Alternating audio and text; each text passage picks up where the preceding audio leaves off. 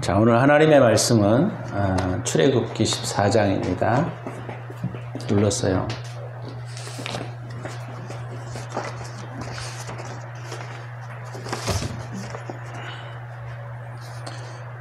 출애굽기 14장 1절에서 6절 말씀까지 보겠습니다.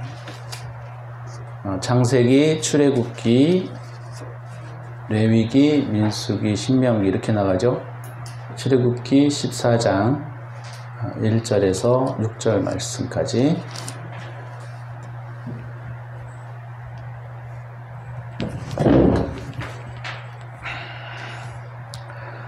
출애굽기 14장 1절에서 6절 말씀까지 우리 합독을 하겠습니다.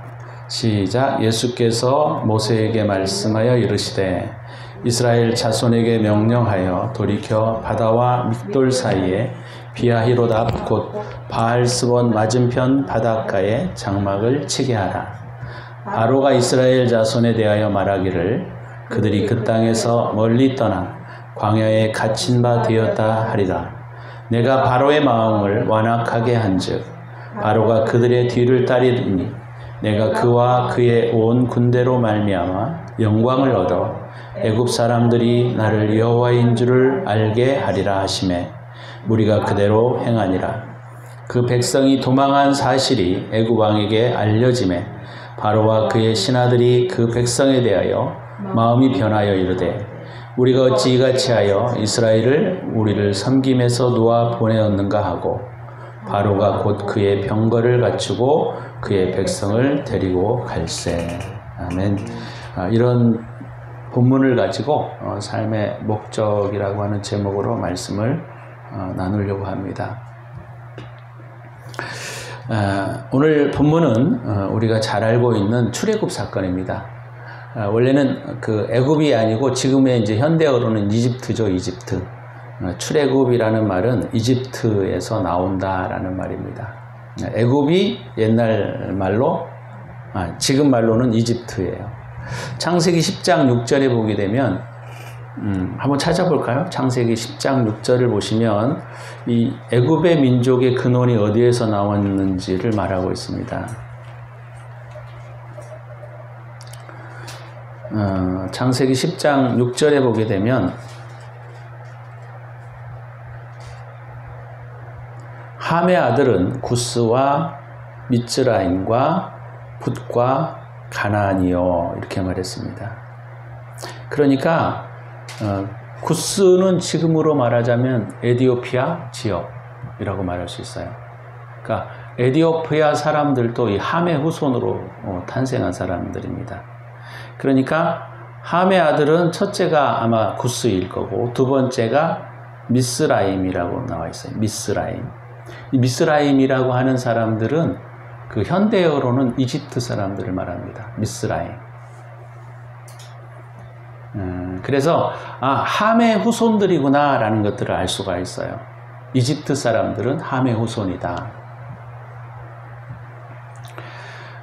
그래서 그 원래는 이제 이 미스라임, 이 이집트, 지금으로 말하면 애굽이죠.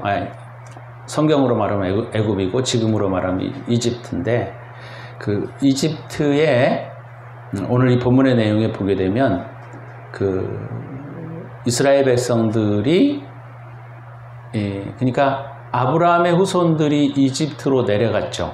무엇 때문에 내려갔냐면 창세기 49장에 보게 되면 그들이 우리가 잘 알고 있는 야곱의 아들 요셉의 후손들이 요셉이 총리가 애굽에서 돼가지고 기근이 이 그 동아시아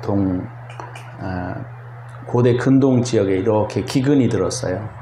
근데 그때 그 야곱의 자녀들과 요셉의 형제들이죠. 다 이집트로 내려갑니다.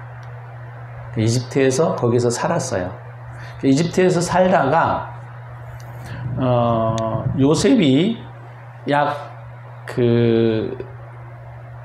그러니까 지금으로 말하자면 한 2000년 정도 된 거죠. 오래된 이야기입니다, 사실은. 근데 그때 그 이집트 사람들은 좀 전에 제가 말씀을 드렸던 것처럼 함의 자손들이에요. 함의 자손. 그러니까 노아의 세 아들이었는데 셈과 함과 야벳. 셈과 함과 야벳.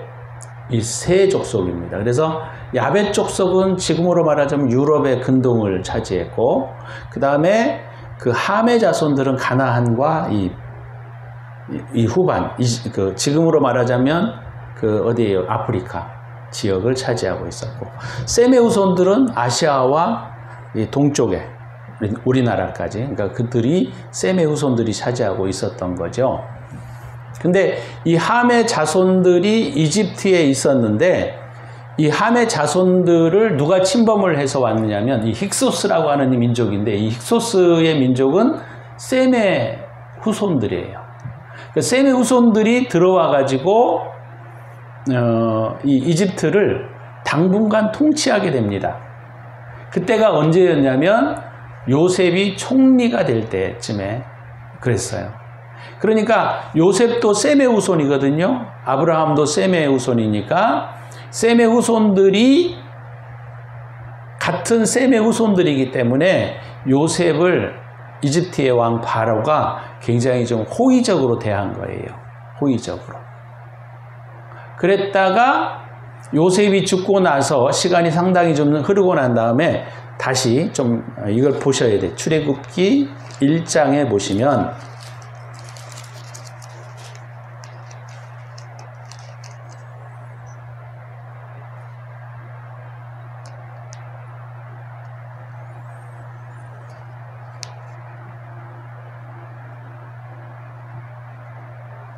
자, 1장 8절에 보시면 조금 볼까요?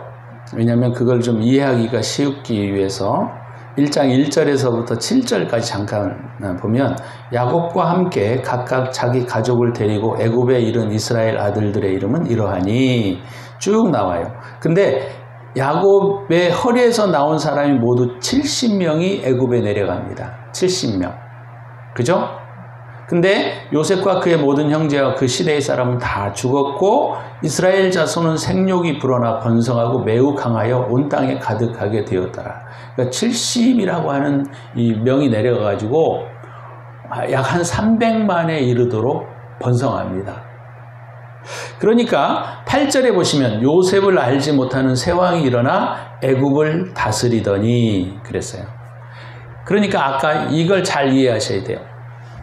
요셉이 셈족인데 원래 힉소스 민족이 바로가 셈족이 힉소스 민족이 그 이집트를 다스릴 때 요셉이 총리 대신이 된 거예요.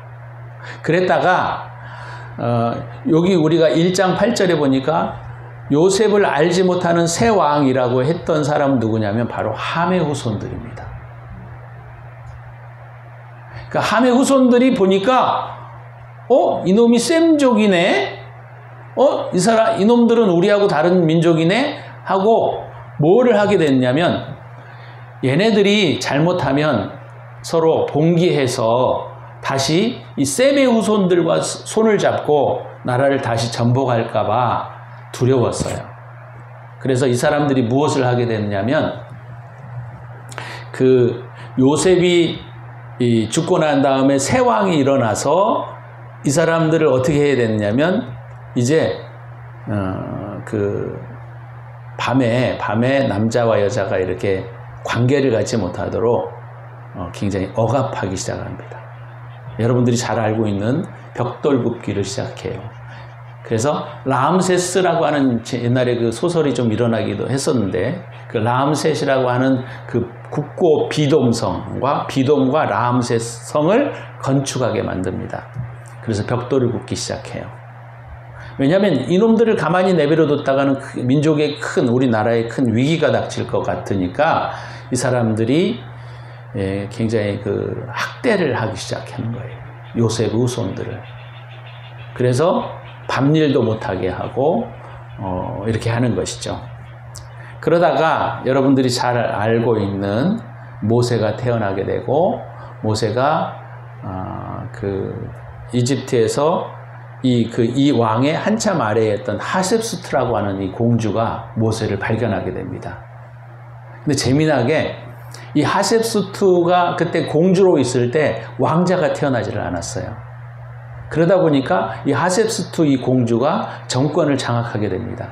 그래서 모세가 살 수 있었던 거예요. 아주 하나님이 기가 막히게 그 시대의 역사를 가지고 있는데, 그러다가 모세에게 하나님께서 말씀하셔서 이스라엘 백성들, 그러니까 야곱의 후손들이죠. 야곱의 후손들을 이끌고 이집트 홍해바다를 건너서 가나안 땅으로 들어가게 하는 장면이 오늘 우리가 읽은 내용의 배경이에요. 그래서 이 14장에 보게 되면 이제 이스라엘 백성들이 이제 그 홍해바다가 아니라 그 이집트에서 이렇게 나와 가지고 쭉 걸어가고 있는데, 걸어서 가니까 얼마나 더디겠어요. 거기다가 여자들이 있죠, 어린 아이들이 있죠, 노인들이 있죠. 그것뿐만 아니라 소와 양떼들을 몰고 가야 되기 때문에 굉장히 그 행군이 느릴 수밖에 없어요. 근데 오늘 본문의 내용에 보시면 갑자기 잘 가던 그 이집트 사람들, 이스라엘 사람들에게 하나님께서 모세에게 말씀을 전달합니다. 뭐라고 전달하느냐면 2절이에요. 이스라엘 자손에게 명령하여 돌이켜 바다와 믹돌 사이에 비하히로답 바할스본 맞은편 바닷가에 장막을 치게 하라 그랬어요. 그러니까 하나님이 모세가 쿠데타를 일으키려고 한번 시도했었죠.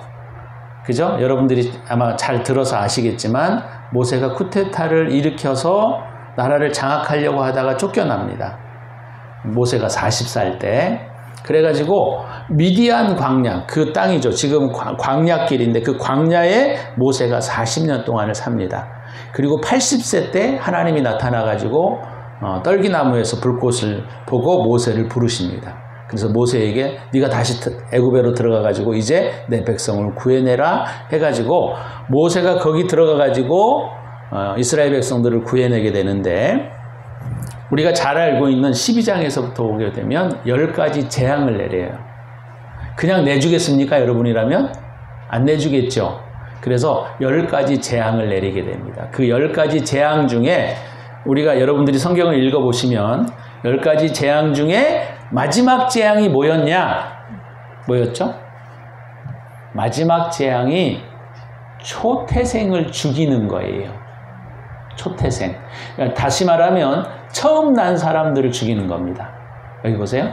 그러니까 처음 난 사람도, 그러니까 우리가 이제 자녀가 있잖아요. 그러면 첫 번째 난 장자, 무조건 죽이는 거예요. 그 다음에 동물이 이렇게 새끼를 베가지고 처음 난 새끼들, 그들은 다 죽이는 거예요. 이게 유월절 사건입니다. 유월절 사건.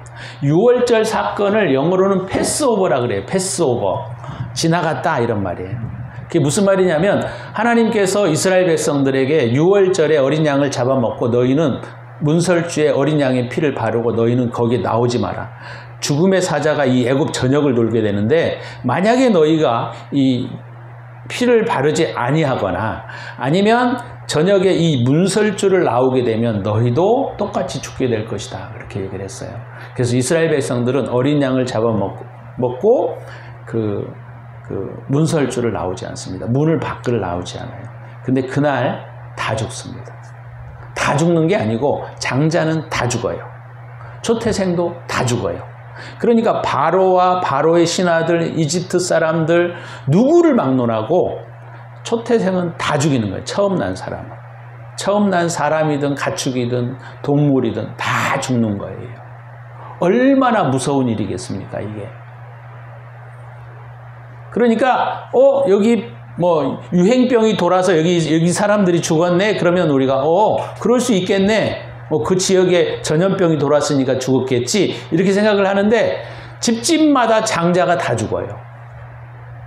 근데 누가 안 죽냐면 유월절 그 문설주에다가 어린 양의 피를 바른 사람들은 죽지 않습니다.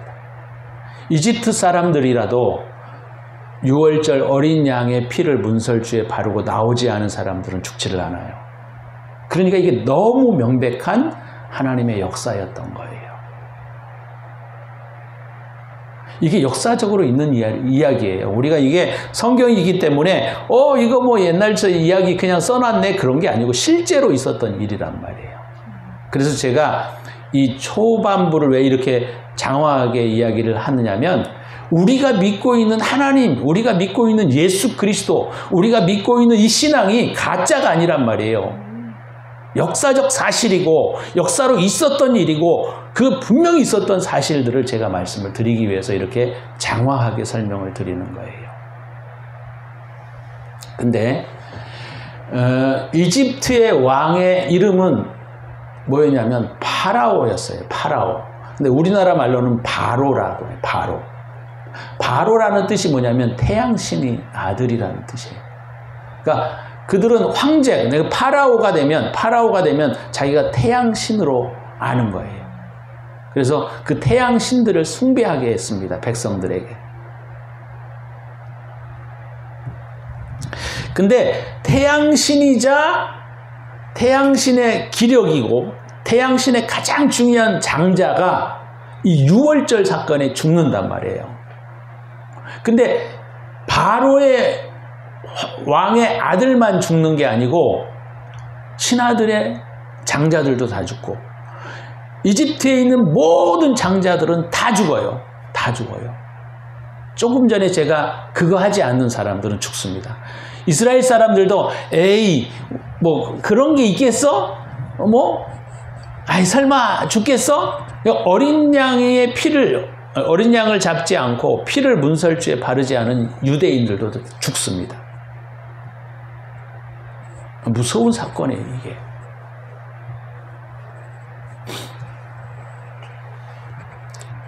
그래서 이 유월절 사건 때문에 바로가 더 이상 이제 이스라엘 백성들과 줄다리기를 하지 못하고 항복합니다. 손을 들고 항복해요. 그러니까 모세가 뭐라고 얘기를 하냐면 우리가 450년, 약 400여 년 동안 우리가 이 이집트에서 종살이를 했는데 우리 노역비 줘라. 그렇게 요구를 하라 그랬어요. 하나님이. 노역비 줘라. 우리 못 나간다. 배짱이에요. 이제 우리 못 나간다. 니네 안 주면 못 나가 그랬더니 그 사람들이 자기네들이 가지고 있는 폐물들 그리고 자기네들이 가지고 길렀던 양떼와 소떼들을 다 줍니다. 안 나가겠다는데 어떡하겠어. 안 나가면 어떻게 해요? 이제 장자만 죽는 게 아니라 하나님 완전히 쓸어버릴 수도 있어요. 얼마나 무서웠겠어요. 한 번도 아니고 두 번도 아니고 세 번도 아니고 10번이나 이런 재앙들이 일어났으니까 이집트 사람들이 이거는 절대자가 이건 손쓰지 않고서는 이런 일이 일어날 수 없다는 사실을 명백하게 보았습니다. 눈으로 똑똑히 봤어요. 그리고 장자가 죽습니다. 이집트 사람들의. 그러니까 얼마나 무서웠겠어요. 그러니까 이스라엘 백성들이 요구한 돈들과 폐물들을 다 주고 니네 나가라 나가라. 제발 나가라. 우리 여기 있으면 우리가 더 큰 화를 입을 테니까 다 나가라 다 나가라. 그렇게 해서 나오게 되는 거예요. 그래서 하나님이 그 폐물과 보물들을 취하게 하셨는데 그것을 나중에 이제 이스라엘 백성들이 광야에 갔을 때 성막을 지어야 되잖아요. 근데 광야에는 성막을 지을 수 있는 게 없어요. 금이나 있나요? 뭐가 있어요? 아무것도 없지. 그러니까 그들이 이집트에서 받아온 것들을 가지고 성막을 짓게 만드십니다. 뭐 그건 그렇다 치고 이 유월절 사건은 바로 무엇을 상징하고 있냐면 여러분들이 잘 알고 있는 예수 그리스도의 십자가 사건을 말하고 있는 거예요. 그래서 오늘 이 본문의 내용에 보면 누구와 누구와의 싸우냐면 셈족과 함족의 싸움이에요. 셈의 후손들은 지금 아브라함의 후손들이고 야곱의 자녀들인 이스라엘 백성들이고 그 다음에 함의 후손은 가나안, 다시 말해서 노아의 둘째 아들이네. 셈, 함, 야벳. 둘째 아들이네. 그러니까 둘째 아들과의 싸움인 거예요. 첫째 아들의 후손과 둘째 아들의 후손들이 싸우게 되는 거예요. 그래서 지금도 팔레스틴 지역에는 지금 그런 싸움인 거예요. 아브라함의 후손들과 또는 함의 후손들과의 싸움이에요. 팔레스틴의 분쟁이 일어나는 것이 바로 그런 것들입니다. 지금도. 그 다음에 지금도 일어나고 있는 싸움들이 바로 뭐냐면 그러니까 장자와 그 다음에 차자의 싸움들이에요. 차자. 쉽게 말하자면 지금 이슬람교는 이스마엘의 후손들이에요. 이스마엘. 아브라함의 이삭을 낳지 못했을 때 이스마엘을 애굽의 이집트의 여자를 결혼해가지고 아이를 낳잖아요. 하갈이라고 하는 여인과. 그래서 그 하갈이라고 하는 사람이 누구를 낳게 됐냐면 이스마엘이라는 사람을 낳아요. 이스마엘, 이스라엘. 이스마엘은 하나님이 들으신다라는 뜻이고 이스라엘은 하나님과 싸워서 이기다라는 뜻이에요. 비슷하죠. 이스마엘, 이스라엘. 그래서 이스마엘과 이스라엘의 지금 싸움도 여전히 이 중동 지역이나 이런 쪽에서 계속 일어나고 있는 싸움들인 거예요. 이슬람교와 유대교와 이슬람교와 기독교의 싸움인 거예요. 결국은. 어찌됐건 이게 지금 중요한 얘기인데 시간이 되게 많이 지나가 버렸네요. 자, 이 사건이 너무너무 중요한 사건인데 근데 오늘 2절에 보시면 할 때까지 하고 딱 시간이 되면 제가 마무리할 겁니다. 14장 2절에 보시게 되면 하나님이 갑자기 이렇게 말씀하셨어요. 이스라엘 자손에게 명령하여 돌이켜 바다와 믹돌 사이에 비하리로답 바알스본 맞은편 바닷가에 장막을 치게 하라. 그렇게 하셨어요. 자, 거기 2절에 다시 한번 좀 보시면 이스라엘 자손에게 명령하여 돌이켜라는 단어예요. 돌이켜. 턴백이라는 말이에요. 턴백. 자, 이게 기가 막혀요, 여러분. 모세가 미디안 광야에서 40년 동안 양치기 삶을 삽니다. 이집트에서 쫓겨나가지고 40년 동안 광야 생활을 하게 되는데 광야에서 그냥 산 게 아니고 양치기의 삶을 살아요. 그러니까 이 미디안 길을 얼마나 잘 알겠어요. 광야의 길을 얼마나 잘 알겠냐고. 40년 동안을 돌아다니는데. 그러니까 잘 알죠. 그러니까 하나님께서 미리 모세도 훈련시키는 목적도 있고 그 다음에 모세에게 나중에 이스라엘 백성들을 이끌고 가야 되기 때문에 그 길을 탐지하게 미리 보내신 거예요. 그런 측면도 있어요. 그러니까 모세가 돌아다녀 봤으니까 이스라엘 백성들을 이끌고 나와서 어디로 가야 할지를 잘 아는 거죠. 근데 14장 2절에 보게 되면 하나님이 모세에게 이렇게 갑니다. 네가 알던 길로 가지 말고 돌이켜서 지금 턴백하라는 거예요. 그리고 턴백하는데 어디로 턴백을 하게 하느냐면 여기 보면 기가 막힌 대로 턴백을 하게 시켜요. 바다와 믹돌 사이에 비하리로답 바알스본 맞은편에 장막을 치라는 거예요. 자, 이 장면이 여러분들 우리가 이게 잘 몰라서 그러는데 지금 이 현장이 어디냐면 옆은 이렇게 깎아지르게 계곡이 있어요. 깎아지르게 계곡이 있고 그 다음에 이게 수로가 생기면 이게 원래 이제 하수구가 생깁니다. 물이 이렇게 하면은 물이 이렇게 쭉 내려가 가지고 이렇게 이제 퇴적 지역이 만들어져요. 퇴적 지역이 만들어지는데 여기가 이제 우리가 잘 알고 있는 이집트도 이렇게 해가지고 농사를 많이 짓잖아요. 그러니까 강의 하구가 유속이 완만하고 하다 보니까 물로 돌들이 쓰러져 내려와가지고 고운 모래들이 이렇게 하는 자리예요. 그러니까 봐봐요. 옆으로는 계곡이 있고 그 다음에 앞은 이렇게 좀 많은 사람들이 음집할 수 있는데 앞에 바다가 있는 거예요. 근데 오늘 모세가 뭐라고 얘기를 하냐면 3절에 보니까 바로가 이스라엘 자손에 대하여 말하기를 그들이 그 땅에서 멀리 떠나 광야에 갇힌 바 되었다 하리라. 그러니까 바로도 지금 너무 화가 나는데 어쩔 수 없이 자기가 하나님이라고 하는 그 신의 존재에 대해서 두려움을 느낀 나머지 내어보내준 거예요. 그러다 보니까 너무 화가 나잖아. 자기 아들도 죽고 자기 아들만 죽었어요. 자기 애굽에 있는 전역에 있는 장자들이 다 죽었는데 그것도 짐승의 초태생도 다 죽고 그러니까 이게 손실이 이만저만한 게 아닌 거예요. 바로가 안 되겠다. 이놈들에게 복수를 해야 되겠는데 어떻게 할까? 어디로 가는지 잘 좀 살펴봐라. 그랬더니 오늘 이 장면이 딱 나온 거예요. 모세가 이렇게 잘 백성들을 이끌고 가는데 갑자기 길을 너 글로 가지 말고 돌이켜서 저 구석대로 몰아버리는 거예요. 하나님이. 신기하죠? 네. 하나님이 말이죠. 잘 가는 길들을 우리에게 가끔 이렇게 몰아서 가는 경우들이 있어요. 딱 사면이 초과되게 말입니다. 그러니까 바로의 군대가 말이죠. 나중에 우리가 14장, 15장을 제가 이제 이걸 좀 몇 주나 몇 달 동안 제가 좀 설교를 좀 하려고 합니다. 이 내용에 대한 이야기들이 되게 중요해요. 근데 군대가 뒤에서 쫓아와요. 앞은 갈 수가 없습니다. 바다라. 이쪽으로 도망갈 수도 없어요. 왜냐하면 노인네와 어린아이들이 여기로 올라갈 수가 없는 거예요. 이렇게. 그러니까 딱 갇힌 바가 된 거예요. 딱 갇힌 바 된 거예요. 사면이 아니고 삼면이 딱 막혀 있는 곳이에요. 그러니까 쉽게 말하자면 이게 우리가 이제 외딴길이죠. 외딴길. 딱 들어가면 막히는 거예요. 여기만 딱 차단을 하면 오갈 데 없는 곳이에요. 그러니까 이스라엘 백성들이 하나님께서 잘 가다가 잘 이렇게 길을 쫓아서 가고 있는데 하나님께서 모세에게 야 니네 그쪽으로 가지 말고 빨리 돌이켜서 이쪽으로 들어가.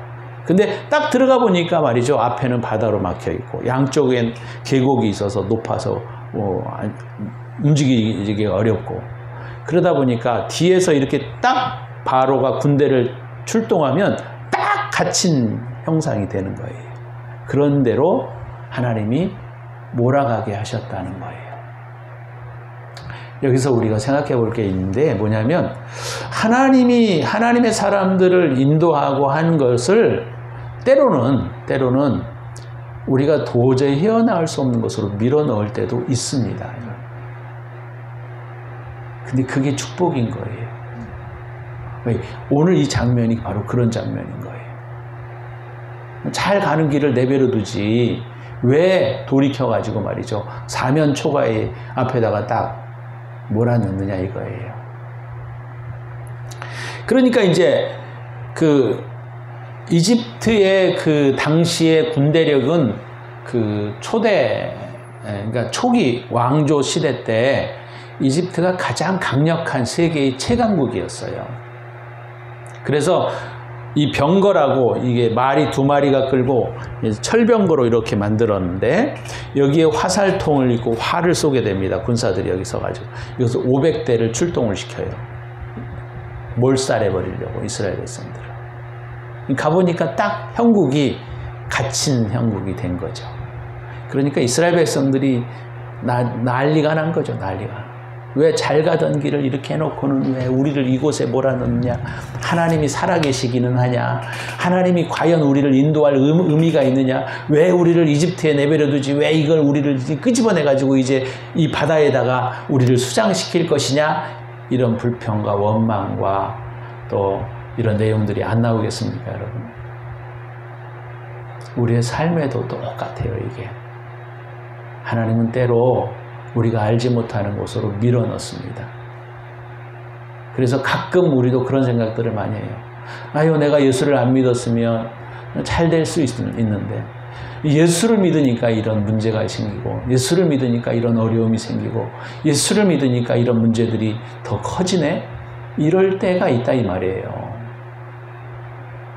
근데 이럴 때가 뭐를 경험하는 시간이냐면 사실은 하나님의 살아계심을 경험케 하기 위해서 일로 밀어넣는 거예요. 하나님이. 그냥 모세가 끌고 가는 대로 시간대로 이렇게 끌고 이스라엘 백성들이 끌려갔어 봐요. 그죠? 바로의 군대를 경험할 것도 아니고 바다가 갈라지는 사건도 경험치도 못할 것이고 하나님의 살아계심들은 막연히는 알고 있는데 그것이 진짜로 살아있는가? 없나? 뭐 이런 생각들을 가지고 갔을 거예요, 여러분. 그렇지 않아요? 그러니까 우리가 항상 인생이 잘 풀려가는 것만이 좋은 게 아니에요. 인생에 어둠이 있고 아픔이 있고 앞에 문제가 있고 그런 것이 사실은 어떤 때는 뭐냐면 이게 하나님을 경험할 수 있는 위대한 기회라는 거예요.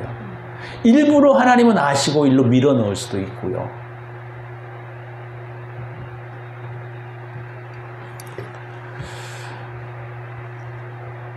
그래서 우리가 이런 사건을 통해서 뭐를 배우셔야 되냐면 우리 인생에 있어서 큰 문제가 없다라고 하는 것은 만약에 크리스찬이라고 한다면 이건 정말 불행한 인생이에요. 진짜로 불행한 인생이에요. 나는 예수를 믿는데 아무런 문제가 없다. 그것은 두 가지 중에 하나예요. 첫 번째는 예수를 안 믿는다거나, 아니면 두 번째는 어떤 일이 있을 수 있냐면 예수를 믿어도 아직 그때가 안 됐을 수도 있고. 근데 진짜로 여러분들이 예수를 믿으면 여러분의 인생에 문제가 일어나지 않는다는 것은 그건 거짓말이에요. 그럴 수가 없어요. 그럴 수가 없어요. 예수를 믿으면 인생이 풀리고 예수를 믿으면 잘 되고, 그건 맞아요. 맞는데 그거는 우리가 생각하는 가짜의 생각이에요. 가짜의 은혜가 커요. 왜냐하면 이 세상을 장악하고 있는 세력이 뭐냐면 바로 왕이에요. 지금 이집트 이스라엘 백성들에게 그때의 바로 왕이란 말이에요. 바로가 그 나라를 장악하고 있고 이스라엘 백성들도 다 장악했던 사람이에요. 근데 지금 이스라엘 백성들이 그 바로의 통치에서 떨어져 나왔는데 바로가 가만히 내버려 둔다? 그 있을 수가 없는 이야기라는 말이에요. 그러니까 우리가 예수를 믿고 예수를 믿을 때 우리가 진짜로 예수를 믿는다고 한다면 그의 인생에 아픔이 없고 고통이 없고 좌절이 없고 문제가 없다는 것은 그것은 거짓말이에요. 그럴 수가 없어요. 그럴 수가. 제가 자주 얘기하는 거지만 여러분, 깡패 집단에서 이제 내가 손 씻고 진짜 내가 잘 살아봐야지 이렇게 해서 그 깡패 집단에서 나오게 될 때 이 사람 가만히 내버려 두냐고. 이게 깡패들이. 왜? 자기네들의 다 문제들을 다 알고 있고 자기네들이 잘못한 부분들을 다 알고 있는데 이걸 그냥 내버려둬요?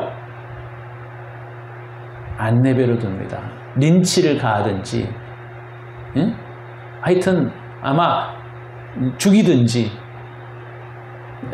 그 공권력이 있어서 죽일 수가 없다고 한다면 뭔가 단단한 뭔가를 잡아놓고 하죠. 그냥 내보내지 않아요. 그러니까 우리가 예수를 믿는데 문제가 일어나지 않고 아픔이 없고 고통이 없고 아무런 문제가 없다. 그것은 그 사람이 예수를 믿고 있는 게 아니라는 거예요. 진짜로 예수를 믿는다고 한다면 이런 문제가 안 생길 수가 없어요. 모세도 예수를 믿다가 그가 왕위에서 쫓겨나고 결국 도망다니는 신세가 되고 그러잖아요. 다윗도 그랬어요. 요셉도 그랬습니다. 예수를 진실로 믿고 예수를 진짜로 믿는다고 한다면 아픔이 없고 문제가 없다. 이건 거짓말이에요. 근데 문제는 뭐냐면 아픔이 있고 문제가 있는데도 하나님의 시야를 가지고 그것을 해석해내지 못하는 이 미련한 마음과 생각들이 있다고 한다면 그 사람은 진짜 불행한 인생이에요. 여기 이스라엘 백성들도 그러지 않았겠어요, 여러분? 10가지 재앙을 받지만 그 10가지 재앙을 본 것도요, 다 지나가요, 사람이 다 지나간단 말이에요. 아유, 시간이 다 돼버렸네.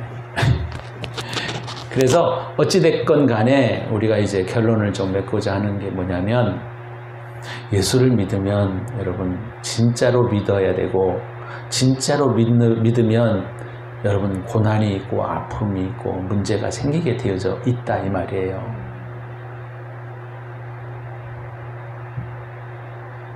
그래서 우리가